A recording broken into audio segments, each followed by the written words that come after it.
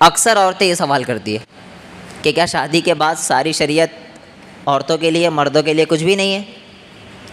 دیکھیے کیا ہوتا ہے، ایک مرد چاہتا ہے میری بیوی پردہ کرے، کون ہے جو نہیں چاہتا؟ ہر مرد چاہتا ہے، لیکن کوئی مرد یہ نہیں چاہتا کہ میں بھی نظریں نیچی کر کے چلوں۔ پردہ تو دونوں کے لیے ہے نا۔ اللہ رب العالمین کیا کہتا ہے؟ قُل لِّلْمُؤْمِنِينَ يَغُضُّوا مِنْ أَبْصَارِهِمْ، سب سے پہلے کہتا ہے کہ اے مومنوں کی جماعت۔ پہلے کس سے مخاطب ہے اللہ؟ مومنوں سے، مردوں سے مخاطب ہے۔ یغضوا من ابصارہم، کہ اپنی نگاہوں کو نیچی کرو۔ یہ نگاہوں کو نیچی کرنا آپ کے لیے قیامت تک کے لیے، کہ آپ کو ہمیشہ نگاہیں نیچی رکھنا ہے، چاہے پوری دنیا ننگی کیوں نہ گھومنے لگ جائے، لیکن ایک مرد کے لیے کیا حکم ہے؟ بول لو، کہ اپنی نگاہوں کو نیچی رکھے۔ یہ اس کے لیے ہمیشہ کے لیے، ایسے نہیں ہے کہ سامنے کوئی اگر عورت آ گئی ہے وہ بے پردہ ہے تو اب وہ کیونکہ بے پردہ ہے تو آپ اسے دیکھ سکتے ہو، نہ نہ نہ نہ، پوری دنیا ننگی بھی گھومنے لگ جائے تب بھی ایک مرد کو یہی حکم ہے کہ وہ کیا کرے گا؟ اپنی آنکھوں کو نیچے رکھے گا۔ پھر اللہ کے رسول صلی اللہ علیہ وسلم کے ذریعے اللہ نے ہمیں یہ بھی بتایا، مومنوں کے بعد مومنات کی باری آتی ہے۔ وَقُل لِّلْمُؤْمِنَاتِ، اے مومنات، یغضضن من ابصارہن، اپنی نگاہوں کو نیچے کرو۔ اچھا، عورتوں کو بھی سب سے پہلا حکم یہی ہے کہ اپنی نگاہوں کو نیچے کرو۔ وَيَحْفَظْنَ فُرُوجَهُنَّ وَلَا يُبْدِينَ زِينَتَهُنَّ، یہ پلس ہو گیا ان کے لیے کہ اپنی زینت کو ظاہر نہ کرو۔ یہ مردوں کے لیے نہیں ہے، یہ عورتوں کے لیے پلس ہو گیا کہ اپنی زینت کو ظاہر نہ کرو۔ اس کا مطلب یہ ہے کہ اب انہیں پردے کا حکم ہے۔ تو ہر مرد چاہتا ہے کہ میری بیوی پردہ کرے، لیکن آپ کے اوپر بھی تو شریعت ہے نا، آپ بھی تو اپنی نگاہوں کو نیچے رکھو گے۔ مرد خود دوسری عورتوں سے بات کر رہا ہے لیکن چاہتا ہے کہ میری بیوی کسی سے بات نہ کرے، تو یہ کہاں کا انصاف ہے؟ مرد چاہتا ہے کہ میری بیوی ہاتھ تک کے کسی کو نہ دکھائے۔ یہ میں ریئلٹی بتا رہا ہوں دنیا کی، ان بیسس پہ طلاقیں ہو رہی ہے۔ جب آپ سروے کرو گے تو آپ کو پتہ چلے گا کہ جس کی کوئی اصل ہے ہی نہیں، ان بیسوں پہ طلاق ہو رہی ہے۔ مرد چاہتا ہے میری بیوی کیا کرے؟ اپنے ہاتھوں کو بھی چھپائے، اپنے پیر کے ایک ناخن بھی کسی کو نہ دکھائے، سب کچھ چھپا کے رکھے، لیکن مرد خود گٹکا کھائے وہ چلے گا؟ گٹکا کھانا حرام ہے نہیں ہے؟ مرد خود گٹکا کھائے اس سے کوئی پرابلم نہیں ہے، لیکن عورت کے اوپر ساری شریعت لاگو ہو جاتی ہے۔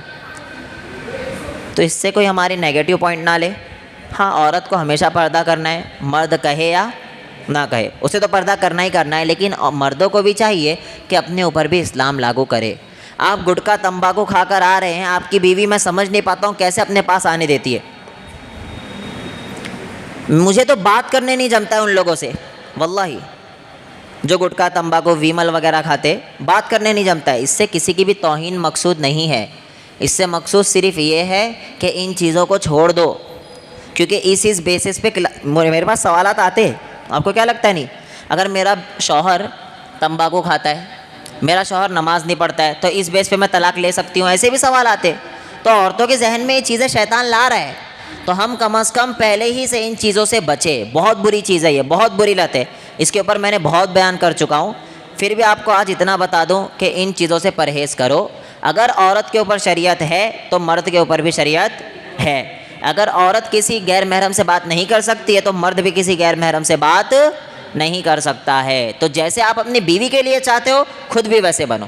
جیسے آپ چاہتے ہو کہ میرے گھر کوئی عالمہ آئے تو خود بھی عالم بننے کی کوشش کرو۔ عالم نہیں بن سکتے لیکن کچھ تو اپنے اندر لاؤ کوالٹی کہ آپ کو دیکھ کر دوسرا انسپائر ہو۔ تو انسان کو چاہیے، دیکھیے صحابیہ ساری دین سیکھتی تھی، عالمہ نہیں تھی۔ رسول اللہ صلی اللہ علیہ وسلم نے جب دعوت و تبلیغ کا کام چالو کیا، ابو بکر صدیق رضی اللہ عنہ سب سے پہلے مسلمان ہوئے مردوں میں۔ تو جب ابو بکر صدیق مسلمان ہوئے ہیں تو کیا وہ عالم تھے؟ سوال ہے۔ ابو بکر صدیق مسلمان ہو گئے، کیا وہ عالم تھے؟ نہیں۔ جس دن وہ مسلمان ہوئے اسی کے اگلے دن وہ 5 6 صحابہ کو لے کر آ گئے اللہ کے رسول صلی اللہ علیہ وسلم کے پاس، جو اس وقت صحابی نہیں تھے۔ ابو بکر صدیق انہیں پکڑ کر لے کر آئے اللہ کے رسول صلی اللہ علیہ وسلم کے پاس کہ اللہ کے نبی ابھی نے کلمہ پڑھاؤ۔ تو ابو بکر صدیق تو کوئی عالم نہیں تھے اس وقت، ابھی تو سیکھ رہے تھے نا، بعد میں جا کر بڑے علماء بنے، بڑے عالم بنے، لیکن ابھی تو دین آیا ہی تھا، ابھی سیکھ ہی رہے تھے۔ تو ہمیں سیکھنا ہے، ہمیں کچھ تو کوالٹی اپنے اندر ایسی لانا ہے کہ ہم دوسروں کو کہہ سکیں کہ بھائی میری یہ وائف ہے نا تو یہ بھی پردہ کرے گی، یہ بھی شریعت پر چلے گی۔ تو اللہ کے واسطے دونوں کے لیے شریعت ہے۔ مرد اگر چاہتا ہے کہ میری بیوی کو کوئی نہ دیکھے تو پھر خود بھی اپنی نگاہوں کو نیچے رکھے۔ اور کم از کم جو سب سے بڑا فتنہ ہے آج کا ٹائم موبائل۔ عورتیں کیا کرتی ہے پتہ ہے؟ آدمی ان کا شوہر گھر میں نہیں ہے، یہ ریئلٹی ہے، گھر میں نہیں ہے، وہ موبائل اٹھا کے چیک کر لیتی ہے، واٹس اپ چلے گئے، شوہر تو نہیں ہے، مثال کے طور پہ وہ واش روم میں نہانے چلے گیا ہے، وہ اٹھا کر کیا کرتے موبائل چیک کر لیتے واٹس اپ۔ اب اس میں وہ 2-3 مل جاتی ہے انہیں، اب انہیں کیا پتہ کون ہے وہ، اب 2-3 انہیں مل جاتی تو وہ ٹینشن میں، اب وہ اتنا زیادہ ٹینشن میں آتی ہے کہ اس بات کو اتنا بڑا ایشو بنا دیتی ہے، اس بیس پہ طلاق ہوتی ہے۔ سب سے پہلی بات تو یاد رکھو، کسی بھی شخص کے موبائل کو آپ کو چھونے کی اجازت نہیں ہے، یہ شریعت کے اصول کے کیا ہے؟ خلاف ہے، چاہے وہ آپ کا شوہر ہی کیوں نہ ہو یا پھر آپ کی بیوی ہی کیوں نہ ہو، آپ بھی اپنی بیوی کا موبائل نہیں چھو سکتے بغیر اس کی اجازت کے۔ ہاں آپ یہ کہہ سکتے ہو دیکھو میں آپ کو موبائل دے رہا ہوں نا تو پھر آپ کا موبائل میں کبھی بھی چیک کر سکتا ہوں، یہ کہہ سکتے ہو کیونکہ آپ کیا ہو؟ حاکم ہو، آپ قوام ہو، لیکن آپ بھی قوام ہونے کے باوجود بغیر اجازت کے اس کے موبائل کو چھو نہیں سکتے۔ تو کوئی بھی انسان اس چیز کا خیال رکھے، چاہے میرا بچہ ہے، میرا بیٹا ہے، میں اپنے بیٹے کا بھی موبائل نہیں چیک کر سکتا بغیر اس کی اجازت کے۔ بھائی وہ چاہتا ہے کہ میرا باپ میری ان چیزوں کو نہ دیکھے تو آپ کو کوئی حق نہیں کہ آپ چھپکے سے وہ چیک کر لے۔ ہاں اگر آپ نے پہلے سے اسے یہ بتایا ہوا ہے کہ دیکھو میں آپ کو موبائل دے رہا ہوں، میں کبھی بھی یہ موبائل چیک کر سکتا ہوں، تو پھر آپ بالکل چیک کر سکتے ہو کیونکہ آپ کیا ہو؟ حاکم ہو، آپ سے آپ کی ماتحتی کے بارے میں سوال ہوگا۔ لیکن اگر آپ نے کوئی رول نہیں بتایا اور خامخواہ آپ موبائل لے کر چیک کر رہے ہو تو یہ اسلام میں الاؤڈ نہیں ہے۔ یہ چھوٹی چھوٹی چیزیں لیکن اس سے پورے پورے گھر توڑ جاتے۔ یہاں تک کہ آپ جو فون پہ ایک دوسرے سے بات کرتے ہو نا، بغیر پرمیشن کے کسی کی بات ریکارڈ کرنا بھی الاؤڈ نہیں ہے اسلام کے اندر۔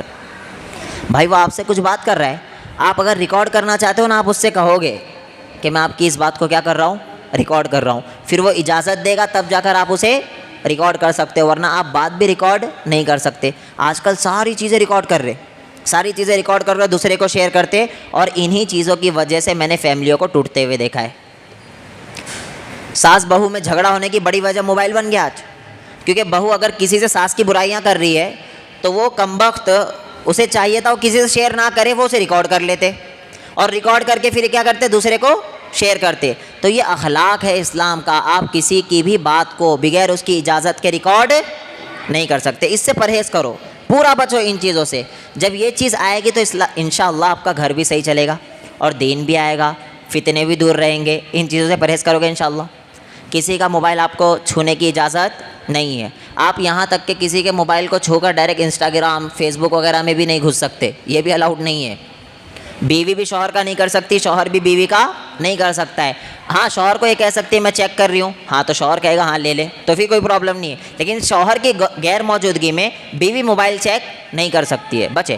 ہاں اگر شوہر چیک کر رہا ہے وہ بھی بتا کے چیک کرے گا۔ یہ سارے اصول ہے، ان چیزوں کی بنا پر آج گھر ٹوٹ رہے ہیں۔ بہت بڑا فتنہ بن چکا ہے آج کے ٹائم موبائل کے ذریعے لوگ ہدایت پہ تو آ رہے ہیں، لیکن ایک بڑا طبقہ ہے جو موبائل کی وجہ سے جن کے گھر ٹوٹ رہے، جن کے گھر برباد ہو رہے موبائل کی وجہ سے۔ تو اس سے پرہیز کرو۔ بہرحال شریعت مرد کے ساتھ ساتھ عورت کے اوپر بھی ہے۔ اس کے بعد حضرت آدم